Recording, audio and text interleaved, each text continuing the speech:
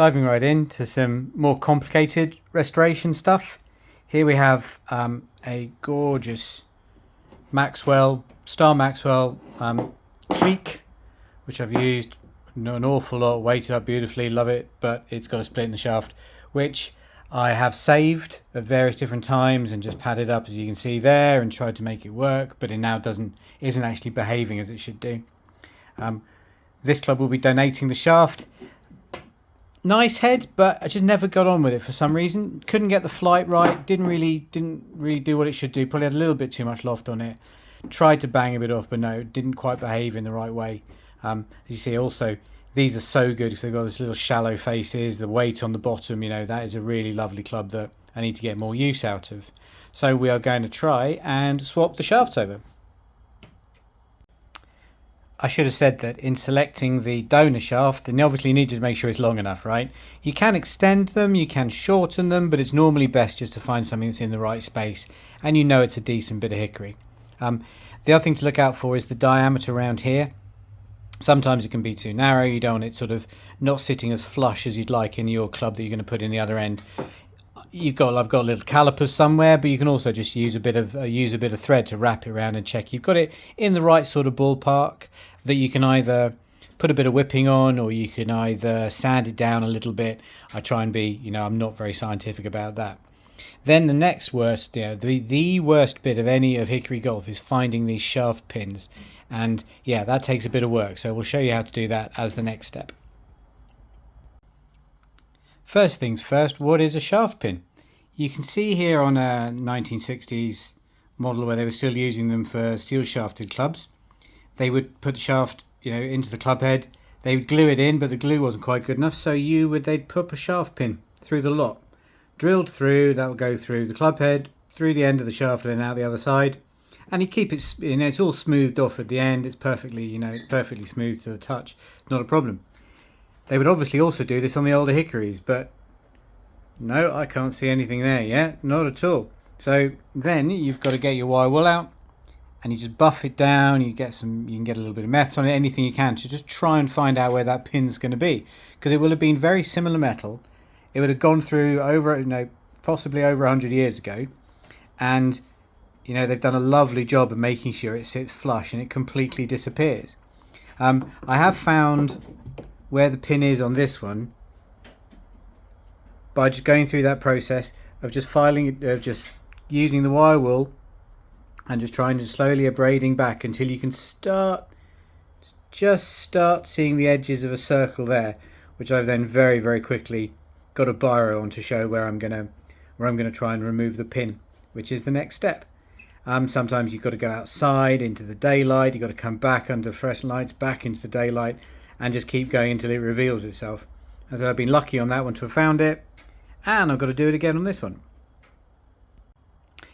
Next step is then removing that shaft pin. Now you've found it, which we have successfully done here, or enough to show that that's the edge. Now you'll need a couple of punches, smaller size punches, a sort of medium sized one and the smaller one there. Your old friendly hammer. Now lots of people use various different fancy things. I've only ever used cardboard for this, and it's been perfectly good to then absorb enough of the impact, but also make sure the pin can push it through from the other side, because all we're going to do when it gets noisy is start using this punch to start trying to pop it through and trying to remove that pin. Here we go, that noisy bit over. You can see the punch going into that side, and here we have the pin starting to pop out the other. So a little bit more, gently, and we are getting there. Now we have the shaft pin removed. The only thing keeping the shaft attached to the club head now could be a bit of glue or something. I don't know. This isn't the original shaft, so I don't know when it went in. There might be some epoxy. You can normally pop it off with a couple of sharp sort of smacks with a mallet, but this one is in plain ball, which suggests this shaft has gone in a little bit more recently. I don't remember doing it myself. It might have gone a little bit more recently, so there might be some glue in there. So now we have to, I'll try and take the pin out the other ones so we're all ready to go, but that might need another couple of extra steps to get that done. Pin on the second club going well, and an opportunity presented itself to check where the pin was when the shaft itself just completely disintegrated. I said that split had been quite big for a while, and I'd been clinging onto it and just trying to make it last as long as I possibly could. And once I'd taken all the whipping off, it just sort of fell to pieces on me. So you might even find when I get inside there, as is quite often the case in these Maxwells, that could just be rotten in there as well. But no, the pin's going quite well, and I'm quite keen to keep that one in good state, because I'd really want to reuse it if I can. So this problem has presented us another opportunity to another method for removing broken shafts that I've always used, just putting any old screw in there and then just trying to brute force it out. That's worked many times, but again, not today. So we're not having any luck with these shafts at all. We are really going to have to try the next option. We've moved from the garage to the kitchen. The club head with a fending shaft is in a plastic bag, ready to go in a pot of boiling water. What this will do is it will loosen up any old original glue that's in there, that's anything that's holding it together, and hopefully loosen up enough so we can just remove the broken bit of shaft from the end there. It's normally only a couple of minutes you need to leave it sitting in there, and then big gloves, because it's going to be hot as you like when you get it out. Boiling hot, fresh from the stove, but I can already see that's loosened a little bit, so I don't think I'll be too much trouble taking it apart at all. Yeah, as hoped, not a problem at all. Still scorching hot because it was in there for a couple of minutes, but you can see all the old glue in here, and this is all original old stuff that's been there, so that's real sort of, the strength involved there is pretty crazy, as is when you actually get to it. Like the other one, getting the bits of wood out the end of it is still proving a bit of a chore. And when people say you've got to be gentle with hickories, absolutely not. You can really give them some stick. It's really tough as old boots, this stuff. It's pretty crazy that it lasts this long and can still exist. Should also have said, I've written a little B there to say where the bottom of the shaft is. So when I put it back into the new one, it'll be in the right direction, because it's important to get the grain in the right direction. So it's going across the shaft and it's putting the right amount of stress.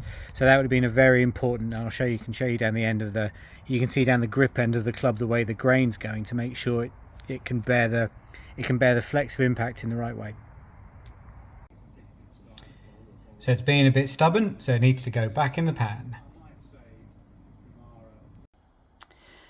To say that was stubborn was putting it mildly, but we managed to get it free without too much of a sense of humour failure, and we're still friends.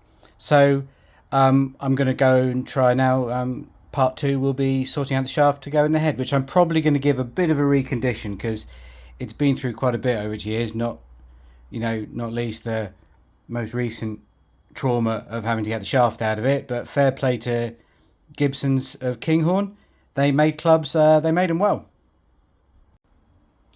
So with a little bit of sanding and starting to tidy this up, donor shaft does not quite fit, which is a good thing. It'd be amazing if it fit perfectly, but if it just goes right in, okay, you can bulk it up a little bit inside, but actually it's far easier just to work it down very, very gently until you get the snug fit you're after. You might notice that I'm not doing anything, I boiled those clubs. You could use a heat gun, you can sand this down, you could drill, you could do all kinds of things. I try and keep it a little bit more lo-fi on the tools point of view, and more carefully. You go about it more carefully. If you're sanding by hand, there's less danger you'll strip it back so far you've got to redo it and stuff like that. After a little bit more sanding therapy, we're in a very good spot here in terms of the fit. Worth pointing out, remember, that's the bottom of the shaft, and that's the shaft pin that's going to keep us honest in terms of the alignment. It's worth having a look at the grain, how that's aligned. Now you can see all that lovely sanded back there to show how that's going in the right direction. So yeah, we know that's the bottom, that's all good. So I'm pretty confident that's gonna fit. Less confident about putting the original shaft pin back in. It got sort of battered around a little bit as we were taking it out. It looks pretty straight, but I might have to go on a fallback option there, which will be just putting a screw through. Now it'll be a different colour, and you can top you'll be cutting the ends off it, so it will just look like a normal shaft pin. And it can look kind of nice sometimes if that's a different colour. If it's shiny or it's nickel, it doesn't exactly have to blend in as it does perfectly how they made it on a lot of the original clubs. But I'll still try. I always thought this is a fallback option. And I've got it's a bona fide one as well. I've it on a very good authority. That's an okay thing to do. It might alarm some of the purists, but it's a better way of doing it than forcing anything, because it's been lovely seeing how good the wood is underneath there. I think we're going to get a good attachment. I think there's more space down here. It's really good and tight up at this end. There'll be a bit more space down here, but that's where the epoxy will come in, and then we'll have to deal with the Maxwell holes. That'll be another thing to have a look at a bit later on as well. One last weird one I noticed as I'd sanded down the end there to go into the hosel, because it's a Maxwell. It's got these holes drilled through the hosel, and you could see pure wood underneath it. Because the old glue they used was dark, that always shows up dark, and on any Maxwell I've ever seen. And all of a sudden I realised, well, you'd have this lovely this weird sort of clear wood coming through it, because the epoxy used nowadays is transparent. So I've coloured it in. I know it sounds mad, but I just got one of my daughter's felt tips and I just coloured it in to make sure it's dark underneath it. So when you put the epoxy in, it won't be see-through, because I just thought that would look really, really odd. So yeah, that's a bit of a weird one, but it's all sanded down, ready to go. It's a decent-ish connection around there. I might just do a little bit more to get that as neat as I can. There was a bit of damage on this thing anyway. It's never going to look perfect, but we'll make it look as nice as possible, obviously. And that's nearly ready for epoxy. Yeah, so leave it as it is sanded. Apparently, the more sort of abrasive texture that is sanded is better for the fix when you have the glue and the wood and the metal coming together. And as I said, I'll give the original shaft pin one more go. I'll see if I can't just trim it down a little bit. I haven't given up on that one yet, so but we'll see how it goes. But I said there's always the backup plan if it doesn't work. Being very generous with the epoxy, shaft is in, glue is there ready to set. Obviously, being a Maxwell, all the glue, everything started squidging out these holes, but that's good, because I'm going to leave that in there, because water can get in there, and a lot of times these Maxwells, you'll find them rotted down here, because eventually water starts getting in and they'll and the wood can get all rotten under the hosel there. So as it happens, that's something I was going to do anyway, so it doesn't look too bad right now. For something where if anything could go wrong, it probably has. We're not in a bad spot. A bit of damage and things to tidy up from original stuff that was there that is now exposed. I like leaving some of the little dinks and stuff, but a couple of things there we can pretty up. Pin redone now, nearly on the way. As you can see, there's a little bit of overhang where the hickory from the donor hickory was a little bit bigger than the hosel, and there's a teeny weeny gap there that I might try and do something a little bit more cosmetic about and get something in there to fill it in. It didn't go flush. I didn't want to redo the pinhole, so sometimes you just get left with a little bit of something just to tidy up a little bit. Perfectly usable as it is. Right, you can take this out, obviously you can take it out and hit it now. But I'm going to tidy up the pin, tidy up the bit around the bottom. Sometimes you wouldn't even notice it. You can put a bit of whipping down there, you might never see it, but I'm going to see if I can do something a little bit better, because it is such a lovely club, it's worth doing. This might be another controversial one, but it's a thing I've done a few times and had a lot of success with before. I've just put a little bit of filler around that tiny gap in between the end of the hosel and the bottom of the shaft, and I've got some normal filler and I've mixed it with some wood stain, so it just takes on a slight brown colour, and then it'll dry like that, and you'll sand it off, and there'll be so little of it left. But you just need, it just feels like it just needs a little bit, just deserves a little bit of time around that little gap there. That is, I said I didn't want to mess with the shaft pin hole or anything like that. I wanted to keep that as good as it was, because it was solid, it was original, and I'd rather just tidy up little bits like this, and it will probably be covered up by a little bit of whipping when I get round to it anyway. That's worked okay. I said it was only ever going to be a teeny weeny little bit, but it saved me sanding away any original wood. It's just filled in a little bit to smooth it, and I said I'm going to put whipping down there anyway. It's just smoothed on the transition. A little bit more work to do on the pins.